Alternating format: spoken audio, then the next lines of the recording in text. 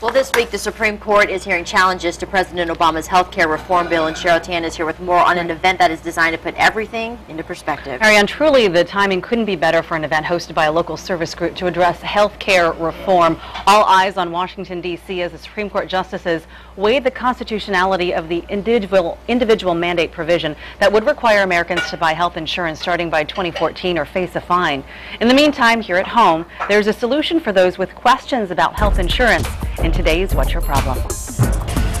For most of us, we are unclear on the subject of healthcare reform and what it really truly means. Fortunately, members of the Delta Sigma Theta sorority, the Chesapeake Virginia Beach alumni chapter, have the opportunity to do something about it. The organization, which focuses on public service, holds events meant to educate the community. On Saturday, healthcare reform is on the agenda, and the date is not a coincidence. That's going to be the second birthday of the passing of the Patient Protection and Affordable Care Act, which most of us know as healthcare reform.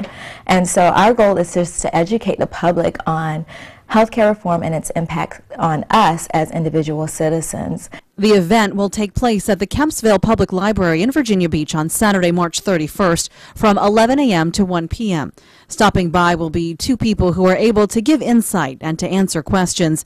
Jay Ford with the Robert Wood Johnson Foundation and Winston Whitehurst with the group Virginia Organizing. We hope to learn exactly what are the specific details of this Health Care Act and how it affects us personally. Chapter President Teresa Baker realized recently the Patient Protection and Affordable Care Act offered a direct benefit to her. A few years ago, her son was dropped from her insurance once he reached the age of 23. He reached the age of 23, and I told him, I said, walk lightly because, once you hit 23, you will no longer be on my insurance with the company that I work for. And sure enough, when he turned 23, he was dropped. And so for about a year, he didn't have insurance. And then when this was passed, I was able to re-enroll him.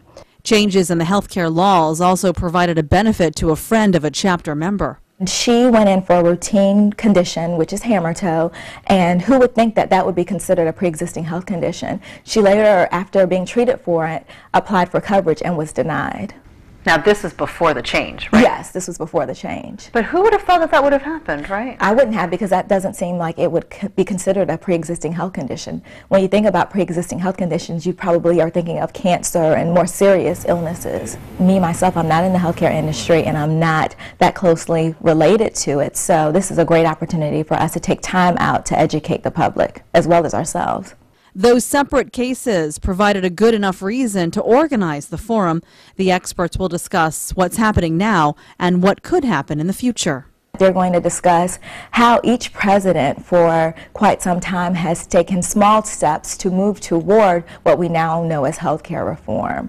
They're also going to talk about what we can expect to see as incremental changes happen throughout the next few years. And there are a lot of unanswered questions.